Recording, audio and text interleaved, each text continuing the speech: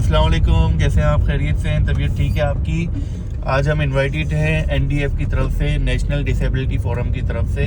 वहाँ पर जो डिसेबल बच्चे हैं उनको जो है क्लासेस दी जाती हैं और हम जाके अब ये देखेंगे कि वो क्या कर रहे हैं, मतलब क्या क्लासेस दे रहे हैं और बच्चों को किस तरीके से वो है ट्रीट करते हैं, तो और वहाँ पर क्या काम हो रहा है। तो आए हमारे साथ, हम आपको ले चलते हैं।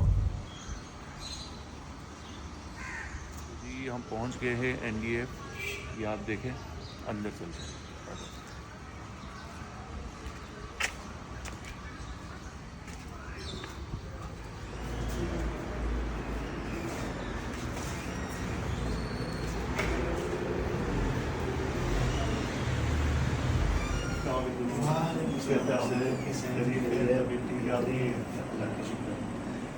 जी तो नाजरीन, हम पहुंच गए आबिद लाशारी साहब के पास। आबिद लाशारी साहब जो है यहाँ के प्रेसिडेंट हैं, एनडीए फाउंडेशन जो है ये चला रहे हैं। आबिद साहब, मुझे बताएं कि किस टाइप के बच्चे यहाँ पर आपके पास आ रहे हैं और क्या काम है आपका, आप उनको किस तरीके से जो है डील कर रहे हैं? जी, ये national disability and development forum NDF Pakistan का इदारा है। यहाँ हमने एक रिहेबिलिटेशन सेंटर बनाया है। इसमें जहनी माजूर बच्चे, जिसमें आर्टिज्म के बच्चे होते हैं, डाउन सिंड्रोम के बच्चे होते हैं, एडीएचडी हो गया, सीपी चाइल्ड बच्चे हो गए, उनको physiotherapy, psychotherapy, speech therapy, occupational therapy की ज़रूरत होती है ताकि उन बच्चों की बहाल हो सके। आप सबको पता है जो माजूरी होती है वो परमानेंट हालत है, वो ख़त्म तो नहीं हो सकती, पर माजूरी को अगर इलाज नहीं है तो इसका नेमल बदल रिहेबिलिटेशन होता है। उसको हम ये कह सकते हैं आसान तरीके से कि माजूरी के साथ जीने का गुर सीखना। माजूरी के साथ जीना, पूरी ज़िंदगी और बाअख्तियार तरीके से जीने के अमल को हम रिहेबिलिटेशन के ज़रिए उसको बहाल किया जाता है। तो हमारे यहाँ जो बच्चे आते हैं उनकी स्लो लर्नर बच्चे हैं और मुख्तलिफ़ किस्म की जिनकी जो जहनी हालात, जहनी माजूरी की वजह से जो कमी पेशी है उनको हम पूरा करने के लिए मुख्तलिफ़ किस्म की मशक़ें करवाते हैं। वो मुख्तलिफ़ मशक़ें होते हैं, जैसे जो बच्चा बोल नहीं पा रहा तो हम उनको स्पीच थेरापी की मशक़ें बार बार थेरापी कराई जाती हैं। मुख्तलिफ़ किस्म की हमारे टूल्स हैं, स्पीच थेरापी से हमारे एक्सपर्ट हैं यहाँ पर, वो उनको स्पीच थेरापी बोलना सिखाती हैं। 2 से 3 साल तक बच्चा जो बोल नहीं पाता, बिल्कुल म्यूट होता है, वो गारंटी से बोलना शुरू करता है। वो डेफ नहीं होता, वो गूंगा नहीं होता, मगर सुनता भी है, रेस्पॉन्स नहीं कर पाता, ओरेंट नहीं कर पाता, मगर उनको स्पीच डिले होती है, उनकी स्पीच थेरापी के जरिए स्पीच उनकी बहाल हो जाती है। ऐसा बच्चा जो उसका पोस्चर ठीक नहीं है, वो चल नहीं पाता या उसका नेक होल्डिंग नहीं होती, तो सिटिंग नहीं होती, खड़ा नहीं हो सकता, तो उनको फिजियोथेरापी की ज़रूरत होती है। फिजियोथेरापी मुख्तलिफ टेक्निक्स हैं जो हम फिजियोथेरापी उनके बच्चों की कराते हैं, तो उनका वो पोस्चर भी ठीक हो जाता है, कई ऐसी चीज़ें कवर हो जाती हैं। 2-3 साल में बच्चा उसी माजूरी के साथ अपने बेहतरीन ज़िंदगी गुजारने के काबिल हो सकता है। जो बैठ नहीं सकता बैठने के काबिल हो सकता है, जो खड़ा नहीं हो सकता खड़े होने के काबिल हो जाता है, जो चल फिर नहीं सकता, चलने की प्रैक्टिस हम करवाते हैं तो वो चलने फिरने के सहारे के ज़रिए भी चलना फिरना शुरू कर देता है, ताकि जैसे बंदा वैसे बिल्कुल नहीं चल पा रहा था, अब वो वॉकर पे शुरू हो गया। वॉकर से फिर आगे थोड़ा स्टिक का सहारा ले लिया, मगर चलने के काबिल हो जाएगा। इसी तरह हमारे यहाँ स्लो लर्नर बच्चे, उनको साइकोथेरापी का मसला होता है, बिहेवियरल मॉडिफिकेशन की ज़रूरत होती है, बिहेवियरल उनके चेंज होते हैं, तो उनको हमें बिहेवियर मॉडिफाई करके उन बच्चों को जो बहुत हाइपर होते हैं, शिद्दत होती है, उनको उनकी शिद्दत कम करते हैं, उनको बैलेंस लाना होता है। कुछ ऐसे बच्चे बिल्कुल सुस्त होते हैं, कोई काम करने का बनाओ नहीं दिल चाहता, या कुछ ऐसे बेचैन होती हैं, हर चीज़ तोड़ना करना बैठना नहीं होता, तो इन चीज़ों को हम मेंटेन करते हैं थ्रू साइकोथेरापी, बिहेवियरल थेरापी के ज़रिए। मुख्तलिफ हमारी थेरापीज होती हैं, एक्टिविटीज़ होती हैं, उन बच्चों को मशगूल करते हैं और बच्चे को सुना जाता है, बच्चे को टाइम दिया जाता है, तो बच्चा हमें रिस्पॉन्स करता है। इसी तरह फिर बच्चों की सेंसेस कुछ डेवलप नहीं होती, तो सेंसरी रूम है हमारे पास, यहाँ पर आप विजिट करेंगे। सेंसरी रूम में मुख्तलिफ किस्म की एक्टिविटीज़ होती हैं, उन बच्चों को उनमें हम इंगेज करते हैं। बच्चे एजुकेशन की तरफ माइल नहीं होते, तो हमारे पास नॉन फार्मल एजुकेशन है यहाँ पर। फार्मल एजुकेशन नहीं है, कोई पहली जमात दूसरी जमात, मगर एक कमरा बनाया हुआ है, उन बच्चों को हम दिलचस्पी पैदा करते हैं, तालीम की तरफ माइल करते हैं कि आपको स्कूल भी जाना है। 2-3 साल बच्चा हमारे पास हिंसे पढ़ता है, कलरिंग पढ़ता है, आर्ट का काम करता है, उनकी दिलचस्पी बढ़ती है कि मैं भी स्कूल जा सकता हूँ। तो फिर हम वो रेफरल मैकेनिज्म है हमारे पास, किसी स्कूलों को हम रेफर करते हैं, वो बच्चे स्कूलों की तरफ जाते हैं। इसी तरह ऑक्यूपेशन थेरापी एक सेक्शन है हमारा, तो उनमें आप समझते हैं कि बच्चा जो डेली की आदत होती हैं, जो डेली हैबिट्स होते हैं, या जो रोजाना काम करते हैं बच्चा, जैसे खाना खाना, कपड़े पहनना, बटन लगाना, शूज वगैरह पहनना, जो रोजमर्रा की जो आदत हैं उनको डेवलप करने के लिए ऑक्यूपेशन थेरेपी के जरिए मुख्तलिफ एक्टिविटीज कराई जाती हैं, ताकि बच्चा अपने काम खुद कर सके, डिपेंडेंसी खत्म हो, बच्चे में खुद मुख्तियारी आए। अच्छा, वेरी गुड। अच्छा आबिद भाई, आपके पास बच्चे यहाँ पर किस एज में आते हैं? जी, बच्चा यहाँ पर 4 साल से 17 साल तक हम अलो करते हैं, मगर को अल्टरनेटिव को फैसिलिटी उनको नहीं होती, तो हमारे पास 20-25 साल तक बच्चे आते हैं जिनकी हम ये मुख्तलिफ किस्म थेरापी करते हैं। बच्चों की एज तो बढ़ जाती है, मगर उनकी ज़हनी एज नहीं बढ़ती, ज़हनी एज कम होती है। इनका IQ लेवल 50 तक होता है, भले ये 50 साल के हो जाए, मगर ये बच्चे में शुमार होते हैं। जो अक्सर जो डाउन सिंड्रोम बच्चा होता है, उम्र बढ़ जाती है, मगर उनकी ज़हनी सेहत या ज़हनी जो उम्र है वो कम होती है, तो वो बच्चे हमारे पास यहाँ मैनेज होते हैं। अच्छा, यहाँ पर क्या पोलियो के बच्चे भी आते हैं आपके पास? जो पोलियो से अफेक्टेड होते हैं वो भी आते हैं, उनका भी आप ये फिजियोथेरेपी के थ्रू कोई इनका फर्क पड़ा है कि इनके अंदर चेंजेस आई हो, ऐसा कुछ है? नहीं, पोलियो एक ऐसी परमानेंट डिसेबिलिटी है जो उसको हम रिकवर नहीं कर सकते इसके जरिए, फिजियोथेरेपी के जरिए कोई ऐसा नहीं हो सकता। फिजियोथेरेपी में सेरेब्रल पाल्सी का जो बच्चा आता है, जिसको फालिज हो गया या सेरेब्रल पाल्सी की अलग किस्म की डिसेबिलिटी, ये पूरा हिस्सा काम नहीं करता, या ये बाजू काम नहीं करेगा, बाजू काम करेगा तो टांग उस साइड वाली काम नहीं करेगी, उसका पोस्चर चेंज होता है, वो CP चाइल्ड कहलाता है, सेरेब्रल पाल्सी। वो बच्चों को हम फिजियोथेरेपी के जरिए बहाल कर सकते हैं, पर पोलियो परमानेंट हालत है, उसको हम बहाल नहीं कर सकते। उसका कोई भी हमारे पास अल्टरनेट नहीं है। अच्छा, आपने कहा कि 25 साल तक के भी बच्चे आपके पास आते हैं, तो 25 साल का बच्चा और जो 4 साल का बच्चा है, इसमें रिकवरी सबसे मतलब कौन सा बच्चा पहले करेगा? जितनी कम उम्र होगी उतनी ज्यादा थोड़े टाइम में हम रिकवर कर पाएंगे। अच्छा, बड़ी एज जो है ना वो उतना रिकवर नहीं होती, बस वो मेंटेन करने पड़ते हैं, मगर जितनी ज्यादा कम उम्र होगी, हम चाहते हैं कि हमारे पास बच्चा 4 साल से 10-12 साल तक आए। अच्छा, वो बच्चा अर्ली रिकवरी में जाता है। हम हमारे पास कहते हैं ना, अर्ली इंटरवेंशन, अर्ली डायग्नोज हो तो अर्ली इंटरवेंशन हो। डायग्नोज होते नहीं बच्चे, अगर होते हैं तो फिर उनके पास अल्टरनेट नहीं होता, तो बच्चा हमारा जाएगा। हम चाहते हैं कि जब डायग्नोज बच्चा आपका डाउन सिंड्रोम या ऑटिज्म हो गया, तो करीबी किसी भी रिहेबिलिटेशन सेंटर में अपने बच्चे को डाल दो। अच्छा, वो फीस लेता है या फ्री में फैसिलिटी है। हमारे यहाँ तो माशाल्लाह फ्री फैसिलिटी, हम किसी पैसे नहीं लेते हैं। कुछ इदारे पैसे भी लेते हैं, मगर अगर करीबी है तो मैं उनको भी रिकमेंड करूंगा थोड़े पैसे भरकर भी अपने बच्चे को टाइमली इंटरवेंशन में डाल दें। वो उन्हीं थेरापीज का हिस्सा बन गया तो थोड़े टाइम में वो बच्चा रिकवर हो जाता है, बहाल हो जाता है। आपके पास टोटल कितने बच्चे हैं और आपकी टोटल कितनी ब्रांचेस हैं?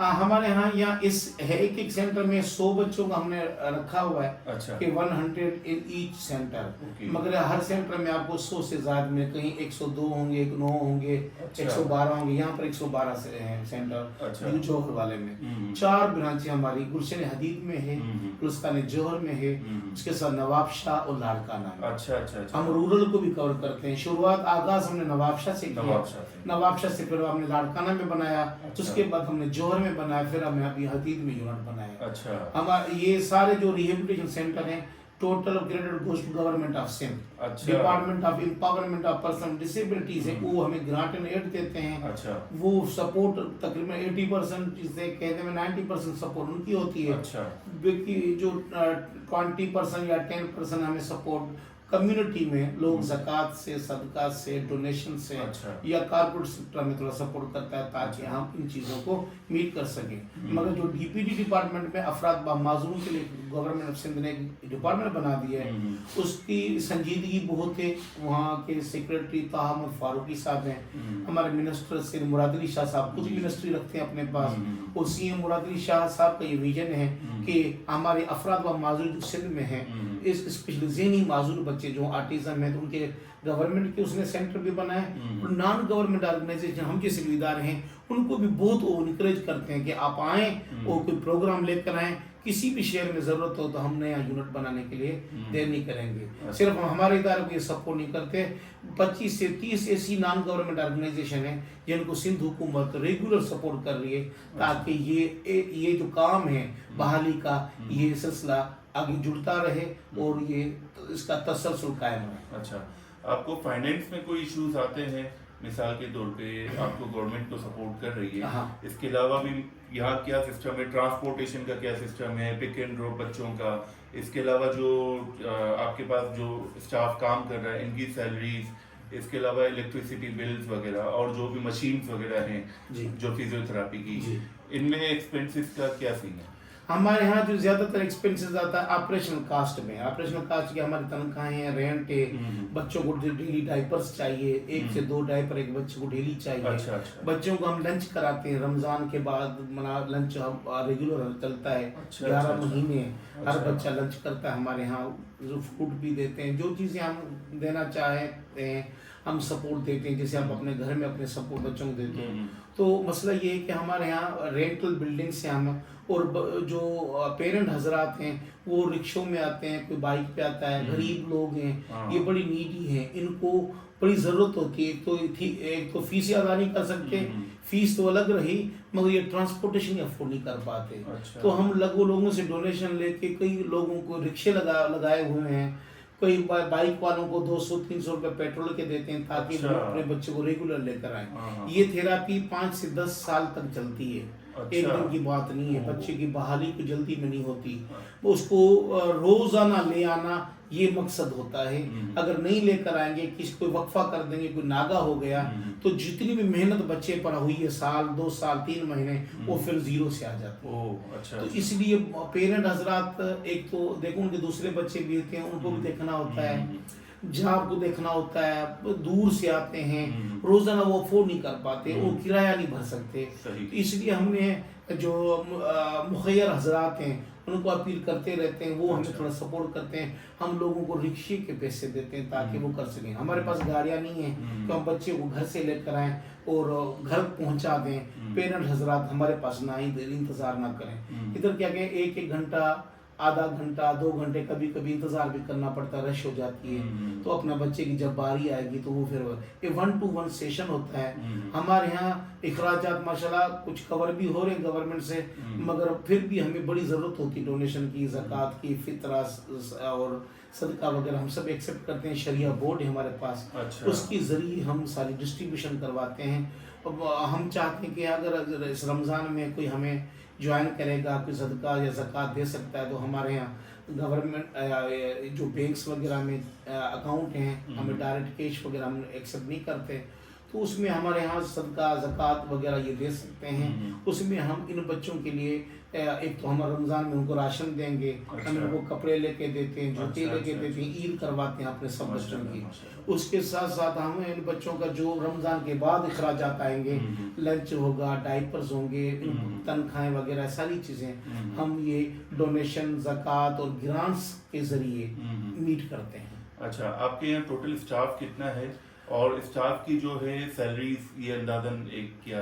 यहाँ पर हर सेंटर में आपको 15 का स्टाफ मिलेगा। अच्छा। 2 थेरापिस्ट होंगे, हर सब्जेक्ट का अलग थेरापिस्ट होंगे। अच्छा। तो 2 हमारे पास होगा। उसके बाद अटेंडेंट होते हैं, सपोर्ट स्टाफ होता है, किचन हमारे पास से, मैनेजमेंट के लोग होते हैं।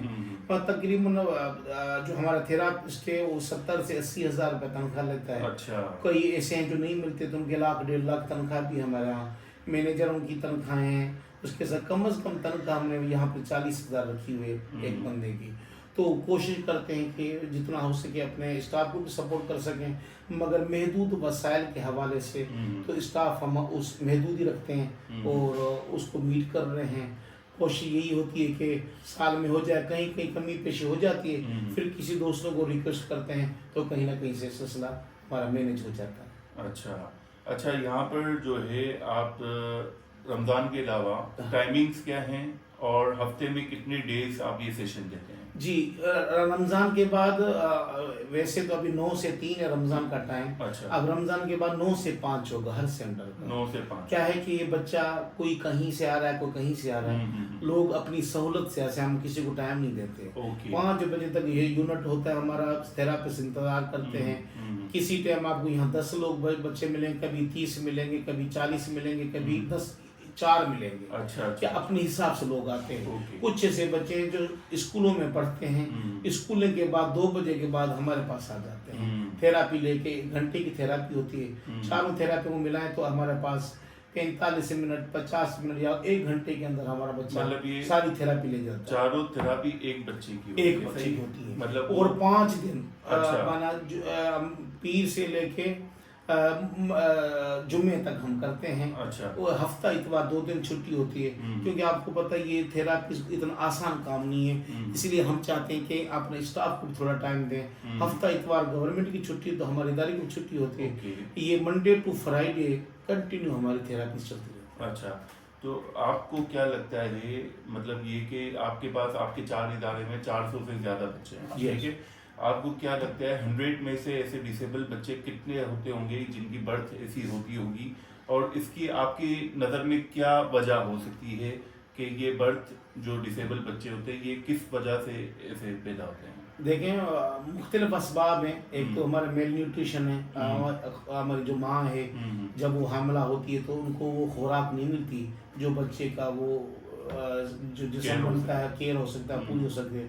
बाकी कुदरती भी एक होता है क्रोमोसोमल डिसऑर्डर होता है, जैसे डाउन सिंड्रोम अगर कहें तो वो पेट के अंदर ही बच्चे को डाउन सिंड्रोम हो जाता है। अच्छा। वो क्रोमोसोमल डिसऑर्डर होता है। 40 क्रोमोसोम्स होते हैं हमारे सारी बॉडी के स्ट्रक्चर में। उसमें 23 जोड़े होते हैं, वो सारी बॉडी को बनाते हैं। उनमें 23 में 21वां ऐसा जोड़ा होता है जो 2 से 3 हो जाते हैं, ट्राइसोमी कहते हैं हम उसको।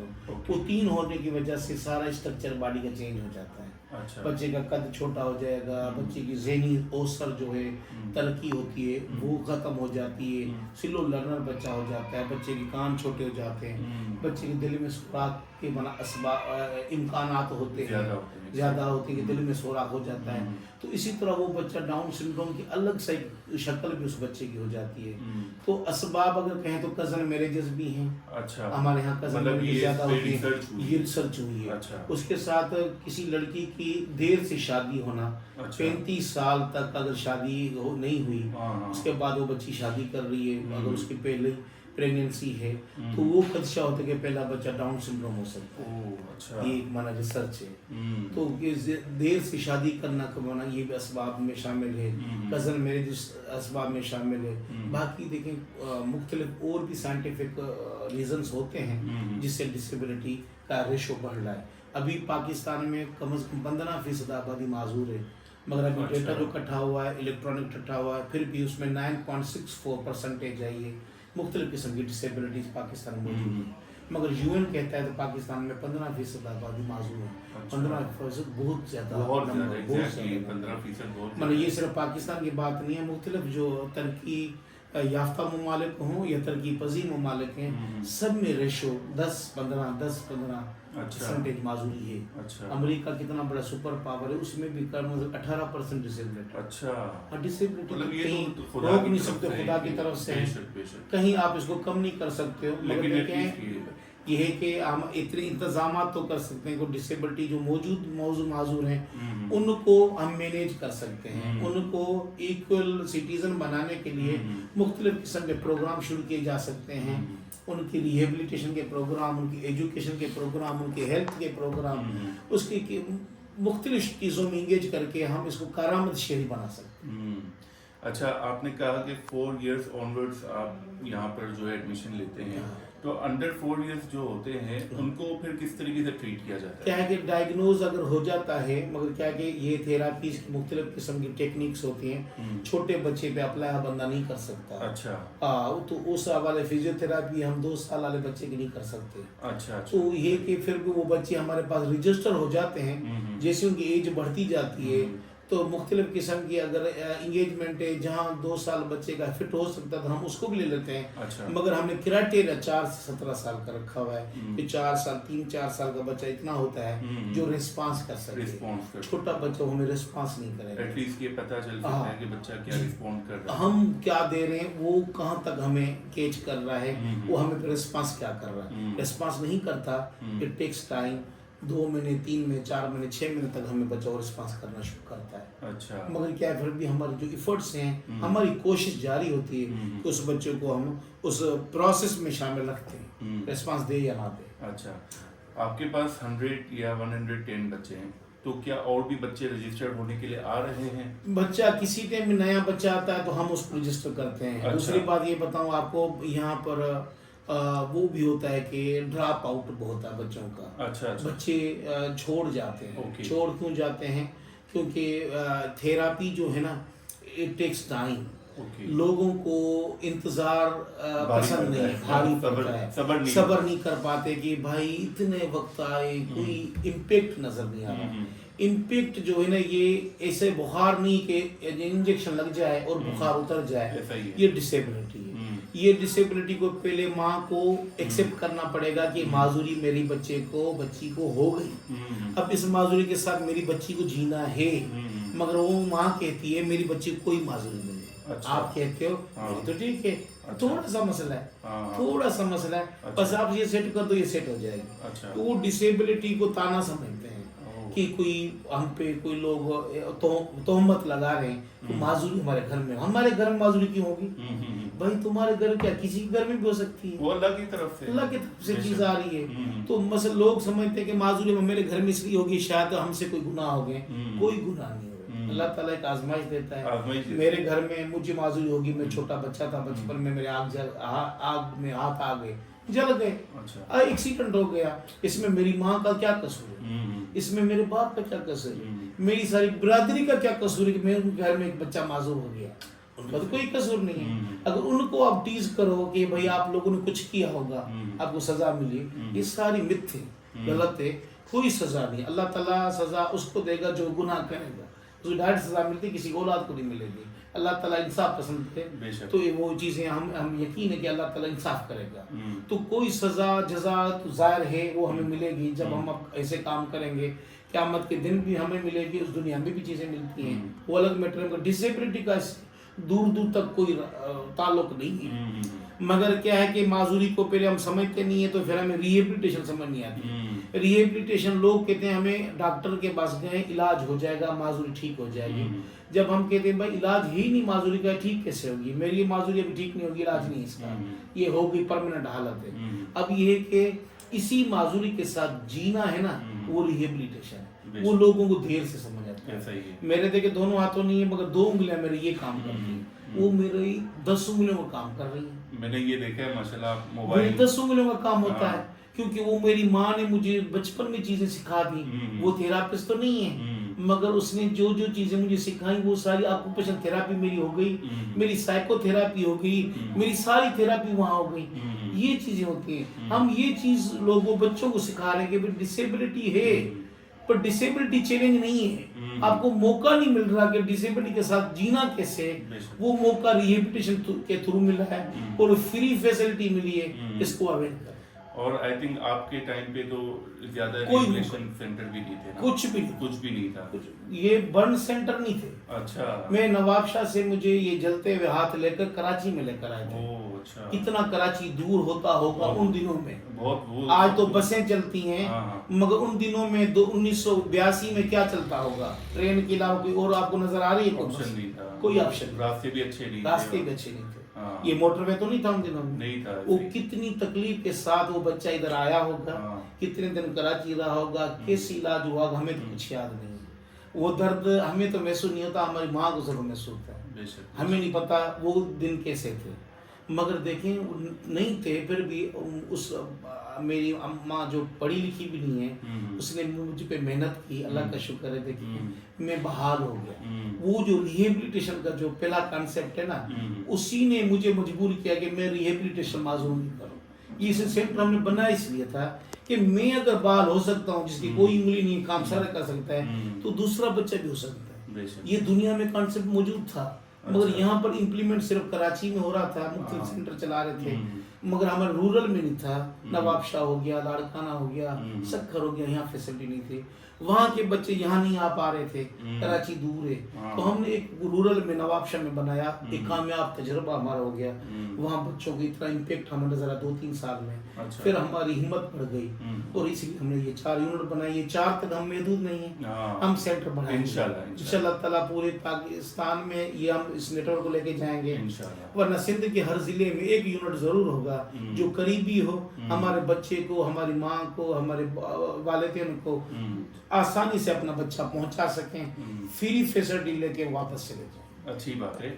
अच्छा, अभी भाई कोई बच्चा ऐसा हो जो बिल्कुल ही रिस्पॉन्ड ना कर रहा हो, बिल्कुल ही बिस्तर पे हो, उसको क्या घर पे कोई फैसिलिटी है कि घर जाके उनकी फिजियोथेरापी की जाए, या फिर उनको भी आप सेंटर? सर हमारे महदूद वसाइल हैं, हम घर तक सर्विस नहीं देते, नहीं देते। हमारे सिर्फ ये कि हमारी फैसिलिटी अवेलेबल है, हम चार्ज कुछ नहीं करते, उनको इधर ले आना पड़ेगा। अच्छा। ये पेरेंट की जिम्मेदारी है। अच्छा। अगर पेरेंट गरीब है तो हम उसको ट्रांसपोर्टेशन पे कर सकते हैं। आप खुद पे करते हैं? हाँ, मगर हम उसके घर पे जाके थेरापी नहीं दे पाएंगे। अच्छा। ये हमारे पास प्रोसेस नहीं है। अच्छा भाई, आपने कब से स्टार्ट किया और कितना टाइम हो गया इस सेंटर को, नवाबशाह वाले सेंटर को, लाड़काना वाले सेंटर को? जी, हमने 2018 में एक प्रोजेक्ट मिला था सिंध हुकूमत का। अच्छा। वो ज़हनी सेहत पे था कि उस पे आप क्या कर सकते थे। कि प्रोजेक्ट हमने दिया ये रिहेबिलिटेशन सेंटर का नवाबशाह में, वो 2018 में मंजूर हो गया। 1 साल का प्रोजेक्ट था। अच्छा। 1 साल की बजट थी हमारे पास, उसमें हमने कायम किया,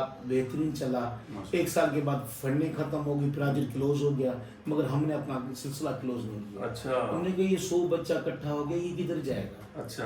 फिर हमने अपने खर्चे से चलाया, दोस्तों से लेके, उधार पैसे लेके, कर्जा लिया। अच्छा। मगर हमने इसको चलाया, छोड़ा नहीं। और क्या 6 महीने में फिर हम सिंध हुकूमत को रिक्वेस्ट की, और सैयद मुराद अली शाह साहब आदि फरियाल तालपुर हमारी MP हैं वहाँ पे, नवाबशाह में उन दिनों में थी, तो उन्होंने हमें सपोर्ट किया।